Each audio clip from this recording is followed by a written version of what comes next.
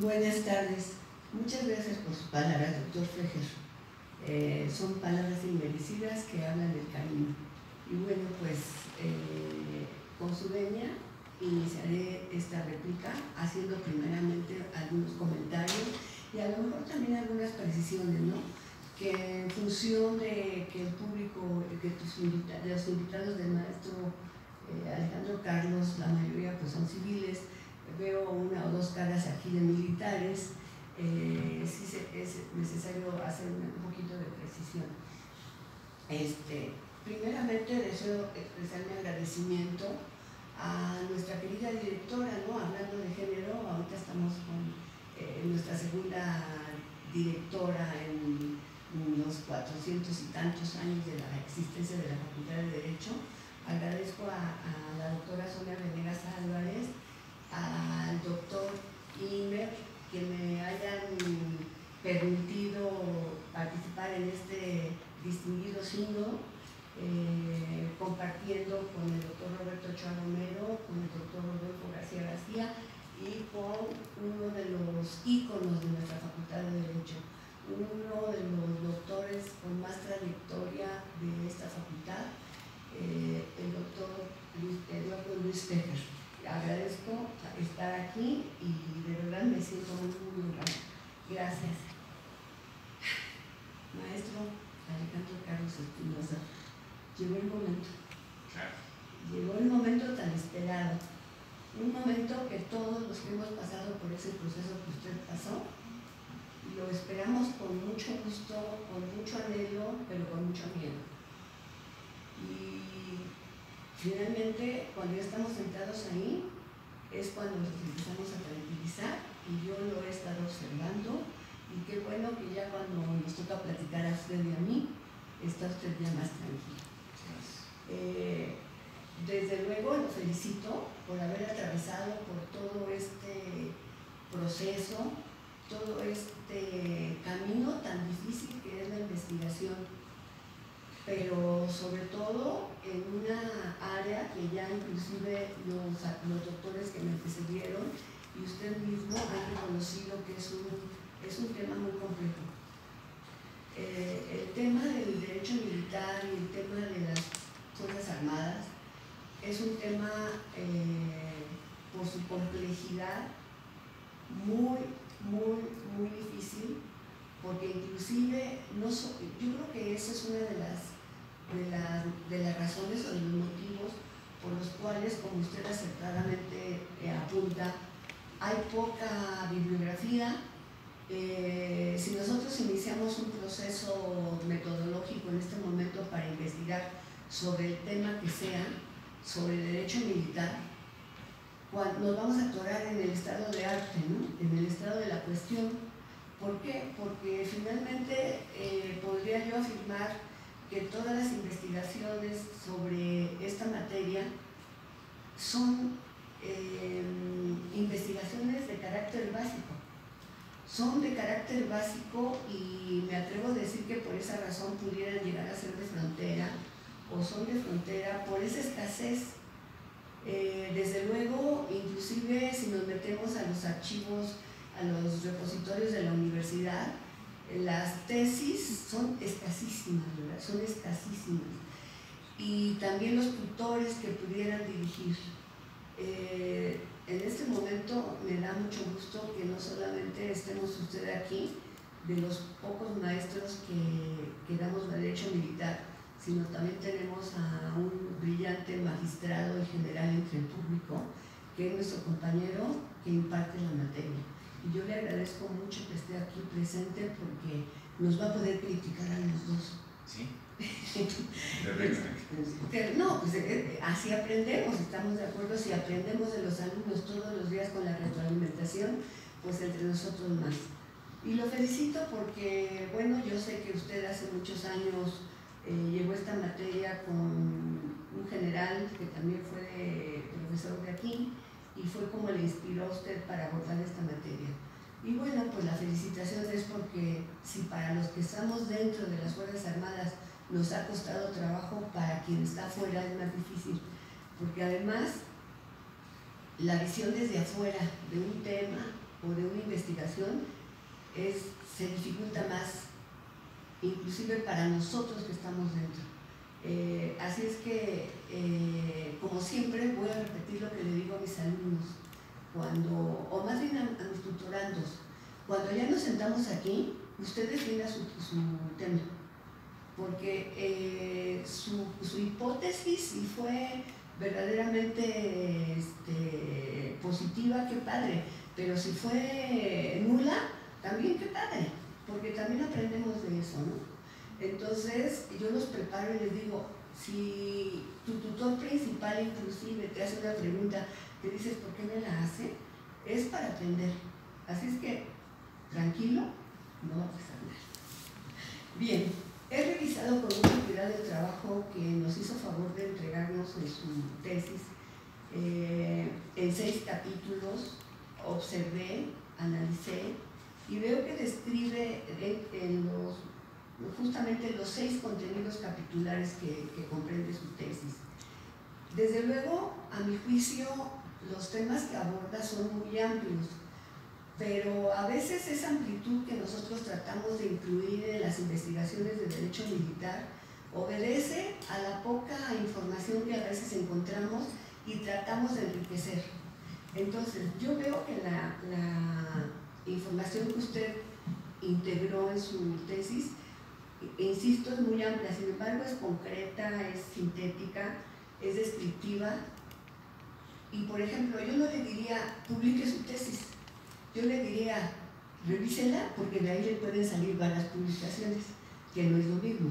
Precisamente por esa necesidad que a veces tenemos de plasmar y ante la poca información, tratamos de jalar más y más y más y llenamos de temas. Eso es lo que yo observo. No quiere decir, insisto, que el trabajo esté mal, ¿de acuerdo? Pero sí hay que revisarla porque de ahí pueden salir varias publicaciones fácilmente. Desde luego que los doctores que me antecedieron, por ahí alguien presumió que no sabía mucho y no sé qué, pero me robó mis preguntas. ¿Sí?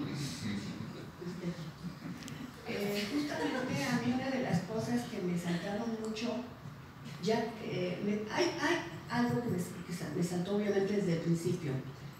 Aquí se nota todas las preguntas que yo iba a hacer, ¿no? En esos asuntos, pero me las ganó el doctor.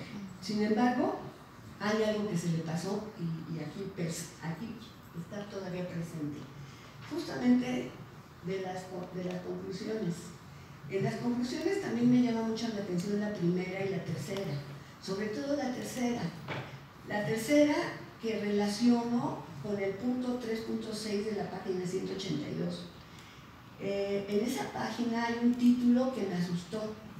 Dice, el fuero de guerra entre la necesaria especialización y la sombra de la impunidad. Y después ya me tranquilizó, porque en 2 párrafos aclara la diferencia entre un fuero especial y un fuero especializado. Y reconoce en su segundo párrafo que la materia militar, el fuero militar, es un fuero especializado. Y qué bueno que lo aclara y lo precisa, porque todos esos comentarios que han surgido a lo largo de su examen, desde luego nacen del desconocimiento justamente de las Fuerzas Armadas, que desde luego posiblemente por la materia que se trabaja en las Fuerzas Armadas, como en la seguridad pública, es un elemento que creo que hasta esta época todos los que estamos aquí presentes y todos los que están allá afuera valoramos. Todas las instituciones de la administración pública producen algo, producen un servicio que a veces lo palpamos muy bien, como es la salud, la educación, y puedo mencionar muchas cosas más, pero muchas veces el producto que se llama seguridad lo valoramos poco, hasta ahora que lo estamos sufriendo, y lo estamos sufriendo de una forma muy alarmante, muy alarmante. Tanto las Fuerzas Armadas como las corporaciones de seguridad pública elaboran ese producto que no es tangible, pero lo sentimos y lo estamos sintiendo y sufriendo.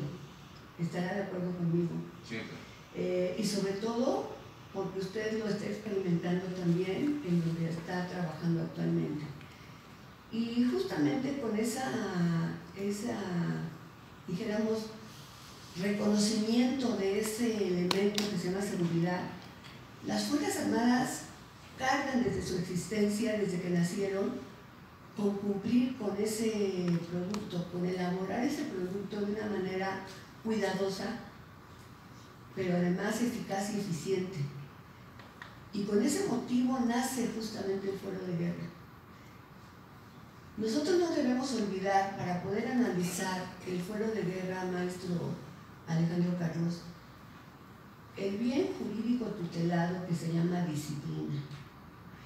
La disciplina es el elemento más importante para que ahora que se creó la Guardia Nacional se haya pensado en las Fuerzas Armadas para trasladarlas, porque son los que garantizan. Nada más que siempre, y a lo mejor lo digo desde mi corazón con mucho dolor, porque yo formo parte de ellas, ¿no? Desde que nací prácticamente. Y siempre las Fuerzas Armadas pues han estado muy descalificadas, muy denostadas, pero como usted atinadamente dijo, y también uno de los doctores, me hubiera gustado ser militar, pero es mucho sacrificio. Es más sacrificio de lo que ustedes como civiles lo pueden calificar. Se mencionaba por ahí la situación de las mujeres. Por supuesto, las Fuerzas Armadas nacen más con el género masculino por el reconocimiento tradicional y cultural de que son más fuertes, ¿no? Sin embargo, actualmente usted decía, ya hay generales, sí, también hay por ahí un almirante, pero somos de servicios, no somos de arma, y ahí también está la diferencia entre los mandos de la cúpula y los que estamos abajo, que somos complemento de. Entonces, en la cúpula están los militares que se fueron a estudiar a una escuela de armas. Pero bueno, estoy haciendo complemento de información, sin embargo, a mí lo que me interesa es que nos quede bien claro el porqué de ese fuero militar y el porqué de esas características que lo denostan y lo critican, por la disciplina y por ese detalle que usted también mencionó, de que estamos 365-24 contratados. El primer contrato de enganche que cuando entramos a las Fuerzas Armadas firmamos es que vamos a estar dispuestos 365 días del año, ¿sí? Las 24 horas. Y no por eso podemos decir que nos contratamos de esclavos. Tenemos vacaciones, tenemos todo lo que debe ser. Pero si la población tiene un problema de una inundación, de una pandemia, de lo que sea, hay que suspender vacaciones o hay que regresar de vacaciones. Y es que mi papá se murió, es que mi esposa está dando a luz, es que eso no vale. Entonces, eso es parte del cumplimiento de un militar, la disciplina. Entonces, a mí me gustaría que usted me hablara de esta parte que creo que no la desarrolló y usted la conoce bien, ¿sí? ¿Qué significa la disciplina militar, la disciplina en las Fuerzas Armadas? Es la columna vertebral que ha permitido, desde que aparecieron en nuestro sistema político o administrativo, esa construcción que ahora existe. Y esa construcción que muchas veces los ciudadanos le tienen confianza o admiración o reconocimiento. Esa construcción, si no fuera por esa disciplina férrea que existe, ¿qué serían las Fuerzas Armadas? Serían policías. Perdón, yo no descalifico a los policías, pero no tienen esa disciplina ni ese rigor en la prestación del servicio. Por esa razón a mí me hace un poquito de ruido esta parte donde habla del fuero de guerra entre la necesaria especialización y la sombra de la impunidad. Y la tercera observación, que dice que los tribunales militares migren al Poder Judicial de la Federación.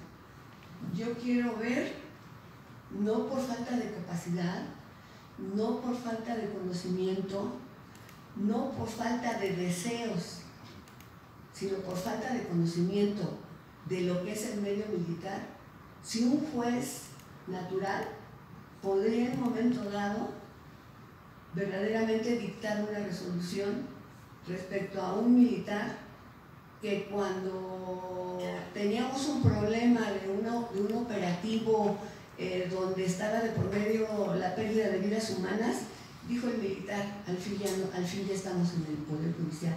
Mi comandante Alejandro Carlos Espinosa, aquí está su rifle, su gorra, aquí está su gorra, su rifle, y se acabó mi jornada laboral. Ahí se ve. Yo quisiera que me profundizara, o es lógico, cuando uno investiga de pronto escribe muchas cosas y de pronto ya quiere uno terminar y a veces no plasma todo lo que uno quiere. Quisiera que me ampliara esta parte, maestro. Sí, bueno, si me lo permite, mi querida doctora, muchas gracias por todas las observaciones y las puntualizaciones. Tomé notas detalladas y todas. Yo creo que es la columna vertebral del quehacer y del derecho militar, ¿no? Del quehacer, porque bueno, pues voy a tomarle robadas, prestadas las palabras a mi general Guillermo Fromm, que por cierto me mencionó, y voy a permitirles hacer un paréntesis rapidísimo, que tuve el altísimo honor de que mi profesor de derecho militar, que fue el general Fromm, que además fue el director de mi tesis, ¿no?, tuviera yo la oportunidad de resultar vencedor en el concurso de oposición junto con mi maestro. Para mí eso fue un privilegio sin precedente, como diría mi doctor Luis Fejer, que respeto mío profundamente, ¿no? Y le diría, en este contexto, que lo resumirían dos expresiones, porque bueno, en el libro que tengo por ahí publicado de hace muchos años, que mencionaba el doctor, tengo un capítulo correspondiente a disciplina, ¿no? Y si no mal recuerdo son 16 definiciones de disciplina que yo generé, y bueno, no que generé, sino que acopié de otros, incluso de derecho comparado, y es algo muy, muy vasto. Pero yo podría decir dos cosas, ¿no? Observancia de la ley, y los reglamentos, y las circulares, y las disposiciones, y observancia del mando, ¿no? Creo que de los muy pocos derechos que tienen como fuente al mando, pues es el derecho militar. Incumplir una orden puede llevarnos a la comisión de un delito, ¿no? Digamos, insubordinación, desobediencia, puede ser alguno, pero pueden ser otros más, ¿no? Entonces, creo que la disciplina es pues, prácticamente el eje rector del quehacer militar, ¿no? Y que se complementa con el deber de obediencia y, por supuesto, con el servicio. No el servicio militar como una obligación constitucional que tenemos todos los mexicanos, sino el servicio como la misión que tiene cada militar en sus tareas, ¿no? Creo que dan cuenta muy claro la Ley General de Disciplina y la Ley General de Disciplina Naval y sus Reglamento General de Deberes Militares y Deberes Navales, y habla con mucha precisión de la dignidad. Yo me atrevería a sumar ese elemento muy importante, ¿no? Por ejemplo, hay de las que tengo en la memoria, ¿no?, una normatividad que dice las órdenes no deben ser vejantes, insultantes o humillantes, ¿no? O sea, está rescatando el tema, y siempre habla de que deben estar vinculadas con el servicio. Es algo muy interesante, y creo que, pues bueno, al ser la disciplina algo tan trascendental en la militar, pues tiene que ver un poco con esto que decía mi querida doctora, ¿no?, de esta distinción entre el policía y el militar. Aunque ambos, yo siempre he dicho que los policías tienen una formación militar hoy, ¿no? Perdón por la expresión. Pero no es lo mismo. No es lo mismo, pero sí, ¿por qué? O sea, porque sí, aproximo un poco. Pertenece a la misma lógica del derecho administrativo sancionador, ¿no? La cuestión disciplinaria como el rector de derecho administrativo, como lo decía mi querido doctor Serra Rojas, ¿no? Bueno, la función de policía tiene que ver con inspección, vigilancia, etc. Y donde la ley no distingue, no hay distingo, ¿no? Y entonces la ley nos habla más o menos de una función similares y te necesiten algunas equiparaciones. Por ejemplo, si yo veo los grados policiales y veo los grados militares, son los mismos 14 grados. Sí, pero no vale lo mismo. No sé, sí, y bueno. Ni se ganan igual. Ni se ganan igual, entre comillas, porque bueno, las homologaciones en GN pues, son exactamente iguales que las que fueron en el Policía Federal, por ejemplo. ¿Las de qué? Perdón. Las homologaciones de los mandos. Estamos hablando de las Fuerzas Armadas. Sí, claro. No, bueno, eso es otra historia. Sí. Pero no lo podemos comparar con la cuestión policial. No, yo suponiendo que fuera permanente esa fuerza ABA, ¿no? Pero yo no lo compararía con la policía solamente. Yo creo que los que estamos, usted se ha sentado ahí por disciplina. Sí, claro. Nosotros estamos sentados aquí por disciplina. Lo que pasa es que no llevamos la disciplina al extremo porque no hay nada que nos obligue. Y sobre todo cuando ya crecimos, tal vez cuando usted era chiquito y lo que su mamá le decía, saluda.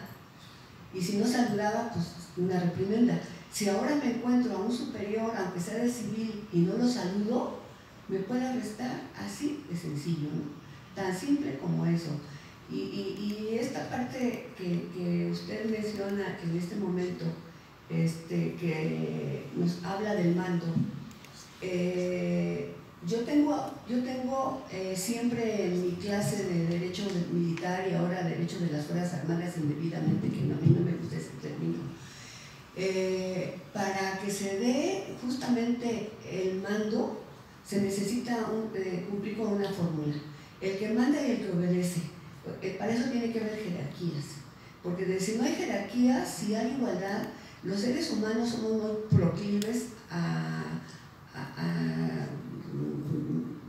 simplemente incumplir. ¿Estamos de acuerdo? Sí. Simplemente incumplir. Pues nada más nosotros como autoridad en nuestra casa con los hijos, ¿no? Ahí, el ser humano ya por naturaleza es desobediente y esa es la única forma de obedecer, ¿verdad? El cumplir con el uniforme. Yo pienso que si en un momento dado hubiera esa migración de la jurisdicción militar del fuero común o federal, pues un juez nunca va a entender que yo tengo acumulación de arrestos porque soy bien floja y diario llego 1 minuto, 2 minutos, 3 minutos tarde y diario me arrestan. Entonces esa acumulación de arrestos ya no es por número, es por kilos. Y va a decir, ay, qué exagerados. Nada es porque diario llega 1 minuto, 2 minutos, 3 minutos tarde. Pues no, ¿verdad? Si yo llego 1 minuto tarde, 2 minutos, una vez porque se me... Pues esta ciudad es muy complicada. Es justificable, pero si lo hago diario, cotidianamente, eso ya, digo, todos mis compañeros que están aquí son jefes ya, y cuando tenemos un subordinado que tiene esa conducta repetitiva a diario, no es nada agradable. Y en las Fuerzas Armadas se cumple o se va. Así es, eso es parte de la disciplina, ¿sí? Bueno, yo ya no lo quiero, ya no le voy a hacer más preguntas porque yo sé que las sabe, pero yo nada más quiero hacer algunas precisiones. Hablaba de cuando se desaparece de la Constitución la pena de muerte. En realidad no fue por la cuestión de los derechos humanos, fue promovido por el Estatuto de Roma, que ya había sido firmado, pero no ratificado. Y cuando se ratifica el Estatuto de Roma es cuando desaparece de la Constitución la pena de muerte. ¿Pero qué cree? Que en el Código de Justicia Militar seguía apareciendo y hasta 2 años después desapareció del Código de Justicia Militar. Esa es una de las aclaraciones. Y en cuanto al delito que se comete si no se presta el servicio militar, se llama insumisión y sí está en el Código de Justicia Militar. Pues por mi parte es todo. Agradezco la atención de todos y la de usted en especial. Muchas gracias, doctor Fer. Por mi parte es todo. Gracias.